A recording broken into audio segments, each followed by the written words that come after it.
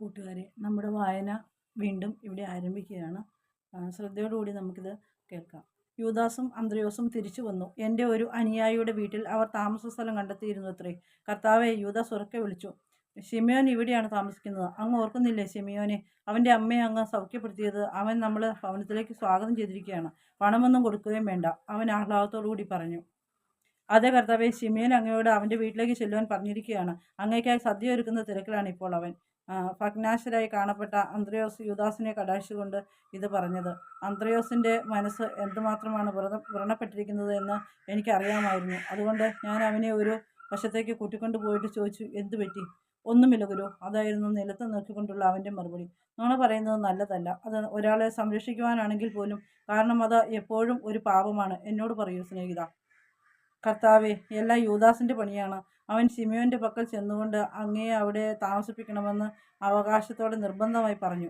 അവൻ അപ്രകാരം നിർബന്ധമായി അവകാശപ്പെടാൻ പാടില്ലായിരുന്നു. എന്തായാലും യൂദാസ് പറഞ്ഞില്ലെങ്കിൽ തന്നെയും ശിമയോന് അങ്ങ് അവിടെ താമസിക്കണമെന്ന് ആഗ്രഹമുണ്ടായിരുന്നു. ഞാൻ പ്രതിവചിച്ചു. യൂദാസിൻ്റെ കാര്യത്തിൽ ചിലപ്പോഴൊക്കെ ബുദ്ധിമുട്ടുണ്ടാകുന്നു. എന്തെന്നാൽ ഒരുപാട് ലഭിക്കണമെന്നാണ് അവൻ പ്രതീക്ഷിക്കുന്നത്. നിങ്ങൾക്ക് ആവശ്യമായതെല്ലാം എന്നിൽ കണ്ടെത്താനാവുമെന്ന് അവന് മനസ്സിലാകുന്നേയില്ല. കർത്താവെ, അങ്ങ് ശിമയോനെ കാണുമ്പോൾ പറയണം, പണം ചോദിച്ചത് എൻ്റെ ആഗ്രഹപ്രകാരമായിരുന്നില്ല എന്ന്. അന്ത്രയോസ് മന്ത്രിച്ചു. എത്രയാണ് യൂദാസ് വാങ്ങിയത്? ഞാൻ ചോദിച്ചു. 20 വെള്ളി നാണയങ്ങൾ. അത്രയും പണമോ? എന്തിനാണത്? അങ്ങയെ സഹായിക്കുന്നതിന് വേണ്ടിയാണെന്നാണ് യൂദാസ് പറഞ്ഞത്. അന്ത്രയോസ് പ്രതിവചിച്ചു. ഈ വിഷയം എനിക്ക് വിട്ടുതരൂ അന്ത്രയോസ്. ഇനി നീ ഇതേക്കുറിച്ച് ആകുലനാകേണ്ടതില്ല. നിന്റെ ഹൃദയം പരമാർത്ഥമാണെന്ന് എനിക്കറിയാം. ഞങ്ങൾ ശിമയോൻ്റെ വീട്ടിൽ എത്തിച്ചേർന്നു. എന്നെ സ്വാഗതം ചെയ്യുവാനാണ് അവൻ ഓടി വന്നു. ഗുരു, അങ്ങ് ഇവിടെ വന്നതിൽ ഞാൻ ഒരുപാട് സന്തോഷിക്കുന്നു. എൻ്റെ കരം ചുംബിച്ചുകൊണ്ട് അവൻ പറഞ്ഞു. പ്രിയപ്പെട്ട ശിമയോനെ, ഞങ്ങളെ സ്വീകരിക്കാനെത്തിയ നിന്റെ ഹൃദയം അനുകമ്പ നിറഞ്ഞതാണ്. നീ ഞങ്ങൾക്കായി ഒരു വിരുന്ന് തന്നെ ഒരുക്കിയിരിക്കുകയാണ് ഞാൻ കാണുന്നു. അങ്ങയ്ക്ക് വേണ്ടി ചെയ്യുവാൻ എനിക്ക് സാധിച്ച ഒരു എളിയ കാര്യമാണിത്. ശിമയോൻ വിനയത്തോടെ പറഞ്ഞു. യൂദാസ്, ഞാൻ വിളിച്ചു. എന്നിട്ട് തിരിഞ്ഞ് അവനെ നോക്കി. ശിമയോന് 25 വെള്ളി നാണയങ്ങൾ കൊടുക്കണം. എന്നാൽ അവൻ നമുക്ക് വേണ്ടി ഒരുപാട് കഷ്ടപ്പെട്ടിരിക്കുന്നു. പക്ഷേ കർത്താവെ, യൂദാസിൻ്റെ ശബ്ദം പതറിയിരുന്നു. ഒരു സത്രത്തിൽ താമസിച്ചാൽ പോലും ഇതിൻ്റെ ഒരംശം തുക മാത്രമേ വരികയുള്ളൂ. സ്നേഹിതരുടെ ഇടയിൽ പണത്തിന് എന്താണ് സ്ഥാനം? നമുക്ക് അത് ആവശ്യമില്ല. എന്തെന്നാൽ നമ്മെ സഹായിക്കുവാൻ പിതാവ് ഒരുപാട് നല്ല ആളുകളെ അയക്കുന്നു. ഞാൻ യൂദാസിനെ നോക്കി പുഞ്ചിരിച്ചുകൊണ്ട് പറഞ്ഞു. ഞാൻ ഞാൻ എന്ന് പറഞ്ഞ് യൂദാസ് പരുങ്ങുമ്പോഴേക്കും അന്ത്രയോസ് പണസഞ്ചി എടുത്തുകൊണ്ട് പറഞ്ഞു, ഞാൻ നിന്നെ സഹായിക്കട്ടെ. അന്ത്രയോസ് നാണയങ്ങൾ ശിമയോന് നൽകുമ്പോൾ യൂദാസ് അന്തം വിട്ട് നിൽക്കുകയായിരുന്നു.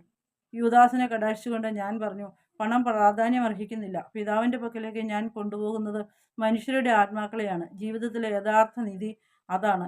ആരെങ്കിലും സഹോദരനെയോ സഹോദരിയേക്കാളുമോ ഉപരി പണത്തെ സ്നേഹിച്ചാൽ സ്വർഗരാജ്യത്തിൻ്റെ വാതിലുകൾ അവന് നേരെ അടയ്ക്കപ്പെടും. എന്നിട്ട് ഞാൻ തിരിഞ്ഞ് ഊണുമേശയുടെ അടുത്തേക്ക് നടന്നു. അവിടെ നല്ലൊരു സദ്യ ഞങ്ങളെ കാത്തിരിപ്പുണ്ടായിരുന്നു. ഭക്ഷണത്തിന് ശേഷം ഒരുമിച്ചിരുന്ന് കഴിഞ്ഞ ദിവസങ്ങളിലെ സംഭവങ്ങളെക്കുറിച്ച് ചർച്ച ചെയ്യുകയായിരുന്നു ഞങ്ങൾ.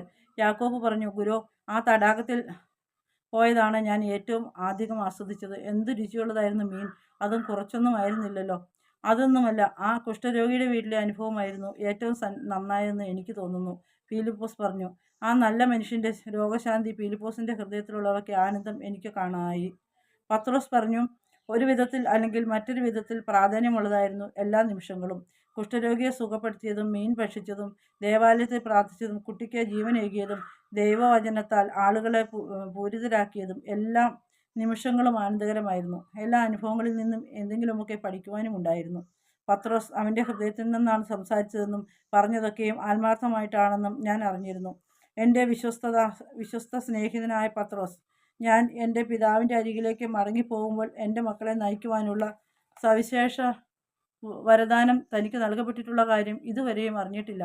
പത്രോസ് പറഞ്ഞതുപോലെ എല്ലാ നിമിഷങ്ങളും പ്രാധാന്യമുള്ളതായിരുന്നു എന്നാണ് എനിക്കും തോന്നുന്നത്. എന്നാൽ ഗ്രാമവാസികളുടെ നന്ദി പ്രകടനങ്ങളും അവർ നമുക്ക് തന്ന സമ്മാനങ്ങളും എൻ്റെ ഹൃദയത്തിൽ കൂടുതൽ ചൂട് പകരുന്നു.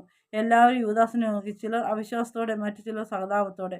യൂദാസ്, നീ സ്വന്തം ഗീശയെ ചുറ്റിപ്പറ്റിയുള്ള ചിന്തകൾ കുറച്ചുകൊണ്ട് ഹൃദയം കൊണ്ട് കൂടുതലായി ചിന്തിക്കുവാൻ ആരംഭിക്കേണ്ടിയിരിക്കുന്നു, തോമസ് പറഞ്ഞു. ആവശ്യക്കാരൻ്റെ നേരെ തുറന്ന ഒരു ഹൃദയമാണ് എൻ്റേത്, യൂദാസ് പ്രതിരോധിച്ചു. അല്ലെങ്കിൽ പിന്നെ എന്തിനാണ് ഈ ദുർഘടം പിടിച്ച വഴിയെ ഞാൻ നിങ്ങളുടെ കൂടെ സഞ്ചരിക്കുന്നതെന്നാണ് വിചാരിക്കുന്നത്? പെട്ടെന്ന് പതറിപ്പോയ അവർ വിസ്മയിച്ചു. അത് എന്തിനാണ്? തീർച്ചയായും അവൻ നമ്മുടെ കൂടെ ഉണ്ടായിരുന്നു, യൂദാസ്, ഞാൻ പറഞ്ഞു. എൻ്റെ പ്രിയ സ്നേഹിത, ഭൗതിക കാര്യങ്ങളെക്കുറിച്ച് അല്പം കുറച്ച് ചിന്തിക്കുവാൻ ശ്രമിക്കുക. നിന്റെ ആത്മാവിനെക്കുറിച്ച് കൂടുതലും. പലപ്പോഴും ബുദ്ധിമുട്ടുള്ള കാര്യമാണെന്ന് എനിക്കറിയാം. വിശിഷ്യ തണുപ്പിലും വിശപ്പിലും വലയുമ്പോൾ. അപ്പോൾ ഭൗതിക സമ്പത്ത് വളരെ പ്രാധാന്യമുള്ളതായി തോന്നും. എന്നാൽ ധാരാളമുള്ള സമ്പന്നരെ നോക്കുക. സമ്പത്ത് കൊണ്ട് എന്ത് ചെയ്യണമെന്നറിയാതെ ആകുലരാകുന്ന അവരെ നോക്കൂ. എപ്രകാരം അത് നഷ്ടപ്പെടുത്താതെ സൂക്ഷിക്കണമെന്ന് അവർ ചിന്തിച്ചു വലയുന്നു.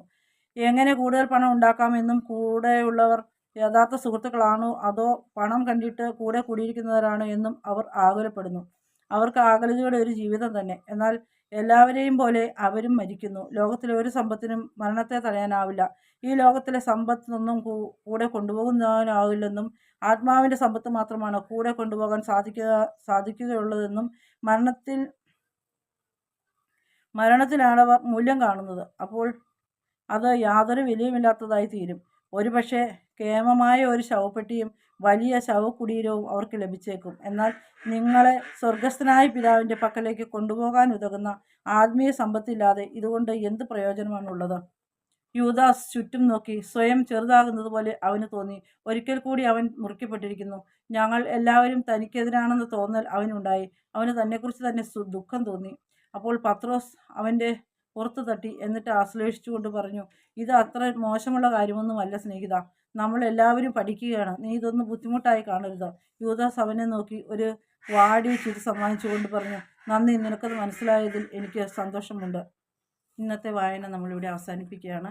നാളെ നമ്മൾ പ്രതീക്ഷയോടെ ഈ വായനയ്ക്ക് വേണ്ടി കാത്തിരിക്കാം.